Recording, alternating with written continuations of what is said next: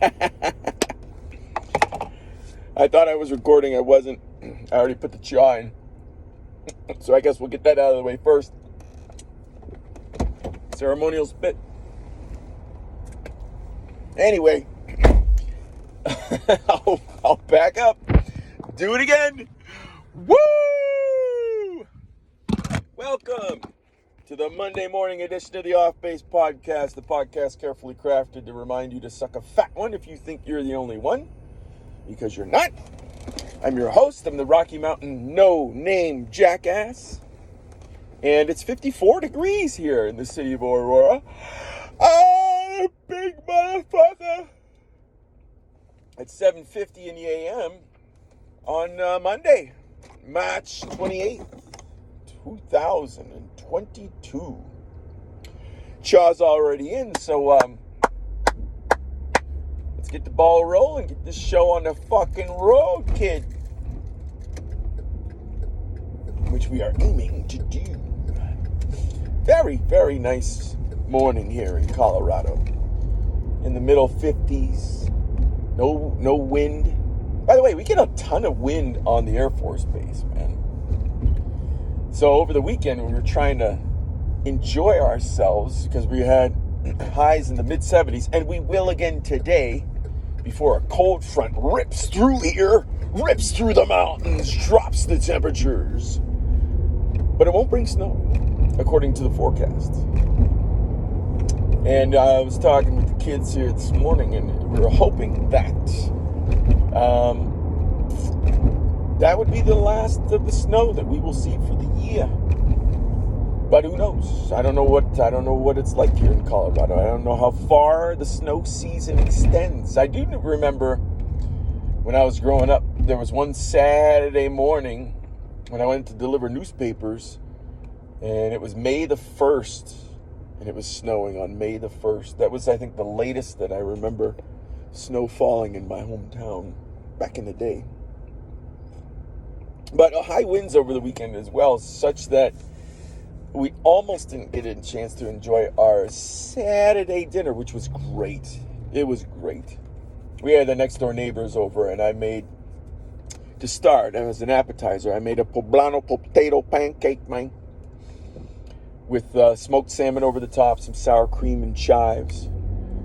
And then my neighbor, he can't eat shellfish, so I made swordfish skewers for him that had a salsa verde on them, while the rest of us enjoyed ourselves a shrimp boil.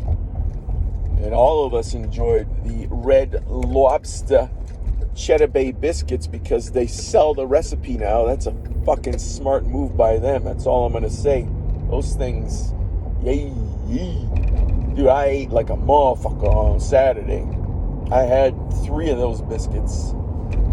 And I've got 2.5 pounds of sausage that I threw in there. 2.5 pounds of sausage, 2 pounds of shrimps, about a pound of crab legs, 2 pounds of potatoes, and about a pound of corn that went into the shrimp boil. It's fabulous, absolutely fabulous. But I went nuts on the sausage. It was so good. It was Cajun style andouille. How you doing, andouille? So anyway, we had a great time. And our neighbors made rice pudding too for the dessert.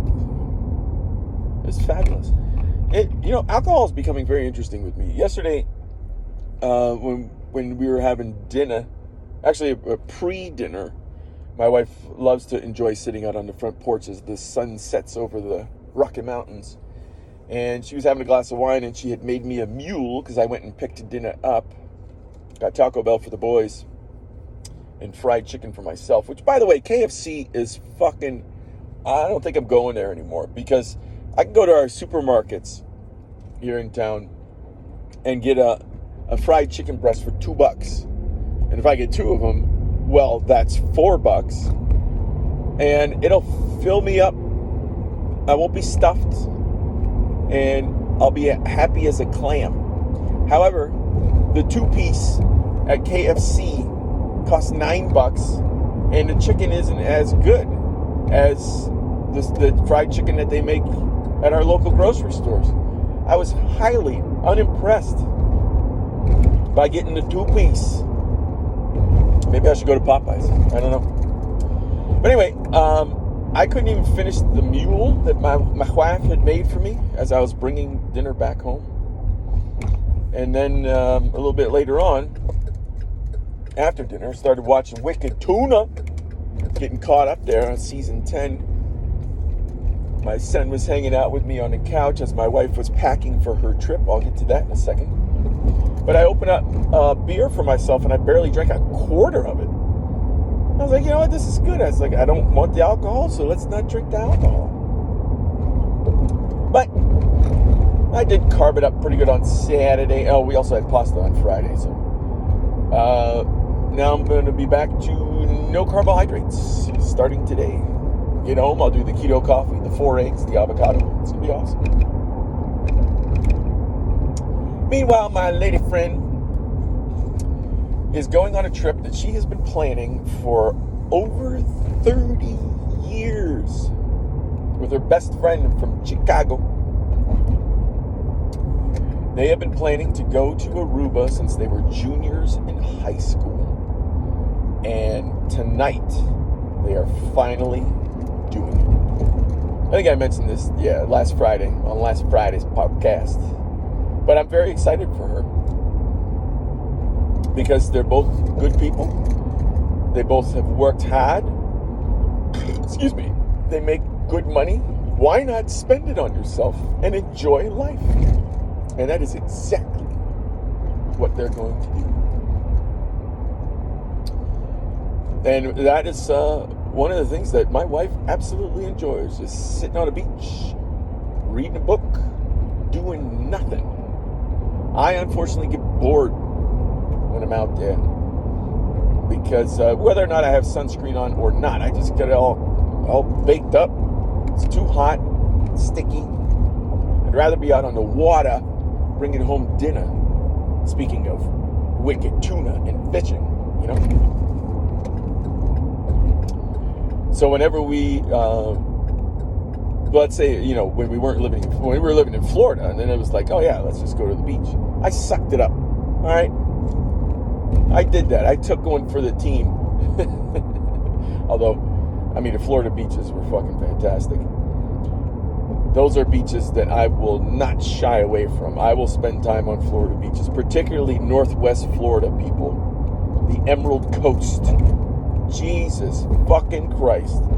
You could walk out probably half a football field to a football field. The water will come up to your knees, and it is fucking emerald green. It is so beautiful. So beautiful. I highly recommend the Northwest Florida beaches to anybody out there who wants to go to the beach. Other beaches, you know, if you can't see your feet after walking out 10 yards, not for me. No thanks. I don't like that. Either way, I'd rather be on the water catching fish. I really like that. And someday that will happen, everybody. That'll happen. Made some pretty good headway over the weekend. Oh, that's not a big yawn. That's a big stretch. Made some pretty good headway on taxes this weekend, everybody. I set myself an internal deadline of April 1st to have them complete, to know exactly how much we are going to have to pay the government for taking our money. It really does suck, you know. You get your money tax-free. And I'm particularly talking about owning a house. Not a primary residence. I'm talking about a rental property. You buy the house with your own money that has already been taxed. Did I say previously that it was tax-free? I apologize. If I didn't say it was tax-free, well then ignore my apology. And my wife talked about it, and I completely agreed with her. I fucking hate taxes. I understand taxes. I wish they were a flat rate. And and I wish they went for protecting and maintaining our civil rights, as well as having a fire department. In a fire department, because the police protect our rights. But all the other government programs, they should be in the private sector. That's where they should be, because there is a profit incentive, and when you have a profit incentive, you have an incentive to make the best product possible. And when you have a government program, there is no profit incentive, ladies and gentlemen. I hate to tell you this. Therefore, the people who are working for that particular program do not have an incentive to make more money or improve the efficiency, because the tax dollars will continue to roll in to support the program. That's just the way it is. They got to stop the spending. Now, before I go on a taxes tirade, I will go back to what I was talking about. You're welcome. Which is, you get your money that has already been taxed. You buy yourself a second home, trying to make your life better, trying to invest in yourself. And then when you go to sell that home, for some stupid rule, the last 5 years before the sale date, if you've lived in the house for 2, you're not taxed on it. Why they picked that, don't know. But you've already paid taxes on the money you used to buy the home. So when you go to sell the home, if you haven't lived in it for the last 2 years of 5, then you don't have to pay taxes on it. But if you haven't, then you have to pay taxes if the price of the house has appreciated in value. It is rather ridiculous. You're getting taxed on the way in. You're getting taxed on the way out. They bend you over once. They bend you over again. It sucks.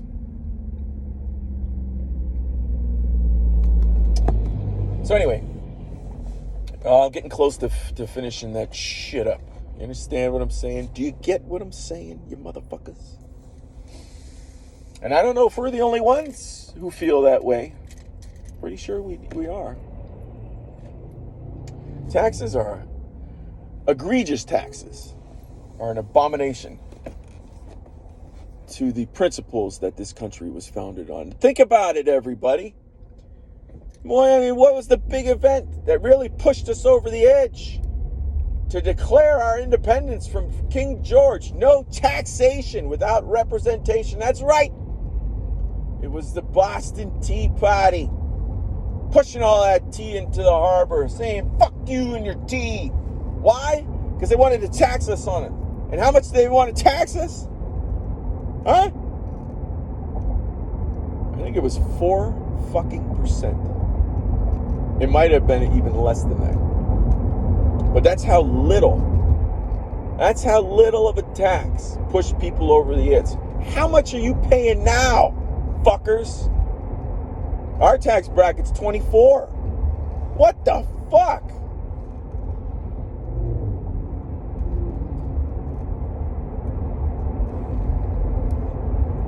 The golden age of America is gone.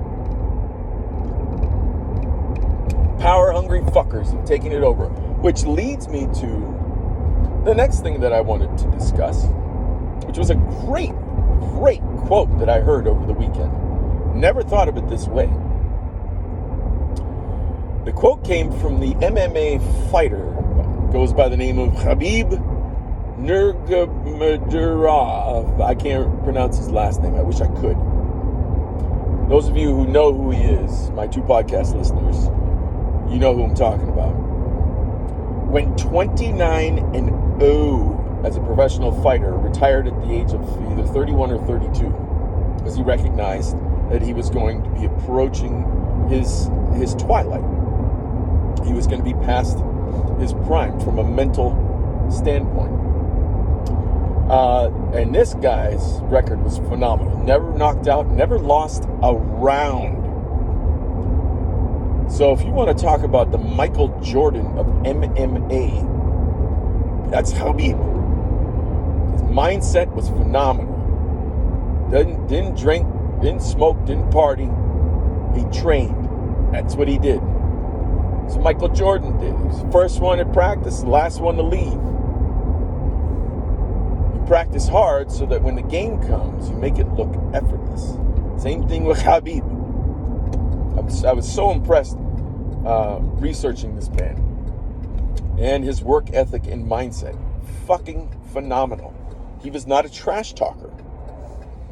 The trash talker of his generation was a fellow by the name of Conor McGregor, the Irishman.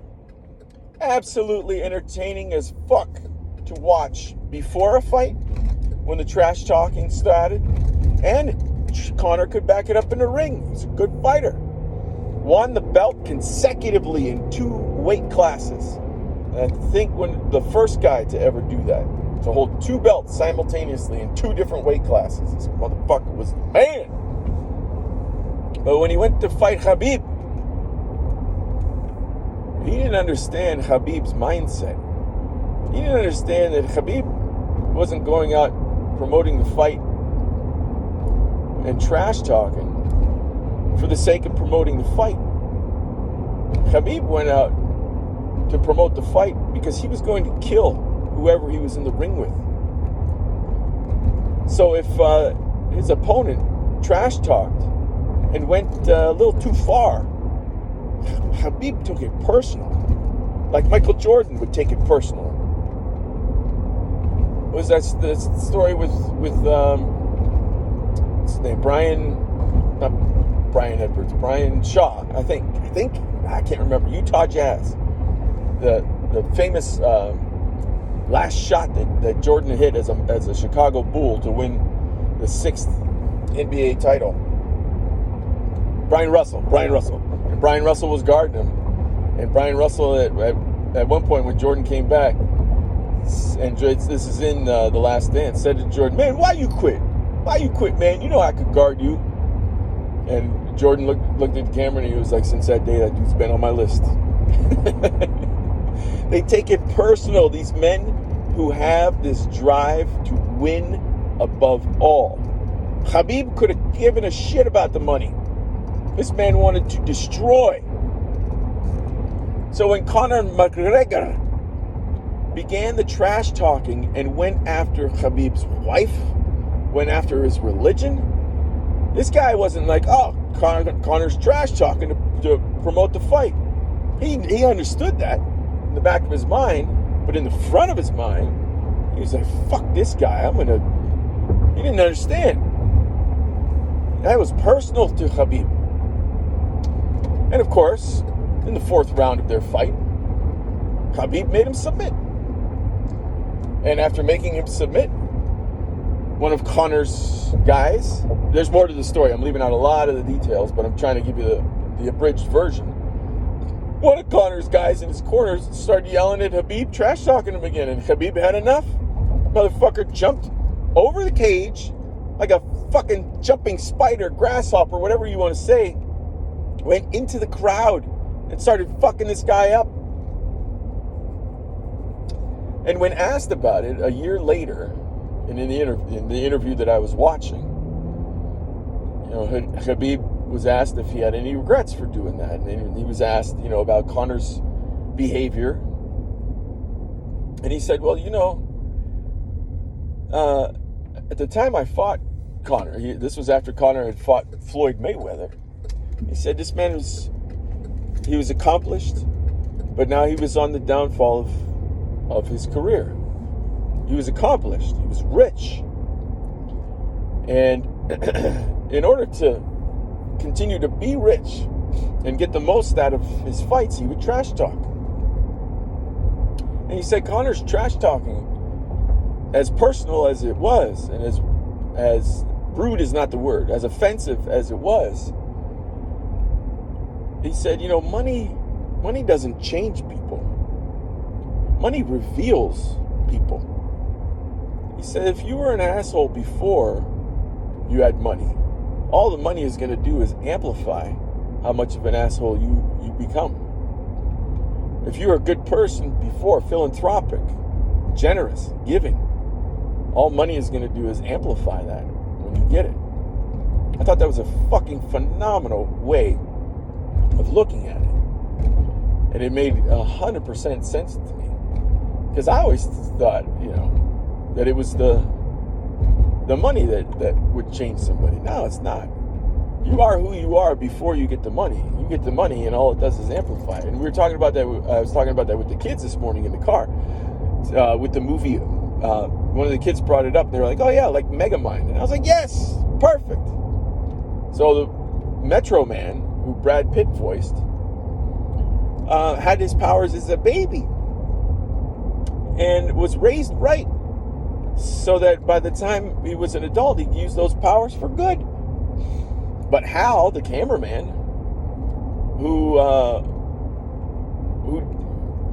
probably, I don't know if he was raised right or wrong, but he had a bit of a warped sense of reality, such that when he got his powers, well, that's what he ended up doing, was wreaking his havoc on Metrocity, or Metro City, if you will. How about that for a podcast topic? We go from taxes to MMA to Megamind. Dude, those of you who are turning in, you are getting good quality content here. That's all I got to say. As I get back on base and prepare to get scanned. Here we go. Whoa, this fucking guy. You're supposed to go slow over the humps, you motherfucker. You fucking asshole with your Jeep. I love Jeeps. Can't wait to own a Jeep again. Where we don't have kids and don't have to have this family truckster Buick Enclave, motherfucker. Morning. How you doing, sir? Not too shabby. All right, thank you, Mark. Have a good one. Thank you. Called me by my name. Nice guy. He had his beret on and everything. I think he was Army. Because this is an Air Force base. This is a Space Force base. But there are Army and Navy guys here as well. Why there's Navy guys here? I don't know. We're kind of landlocked. Don't really have a way of getting out of here. But anyway, here we are, back on base. I really like today's podcast. I like talking about all that shit. We're going to get Denver. Shadow over the mountains, so not getting a lot of detail. But they are beautiful. And there is the city of Denver in the foreground, everybody. Yep. All right.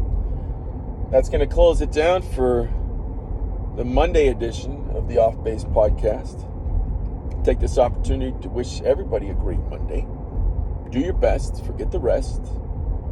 And shape up if you're going to come into money in the future. Don't turn into an asshole. Be a nice guy, nice girl beforehand. So that when you get the money, you become a motherfucking awesome motherfucking fucker. Fuckers. Smell you tomorrow.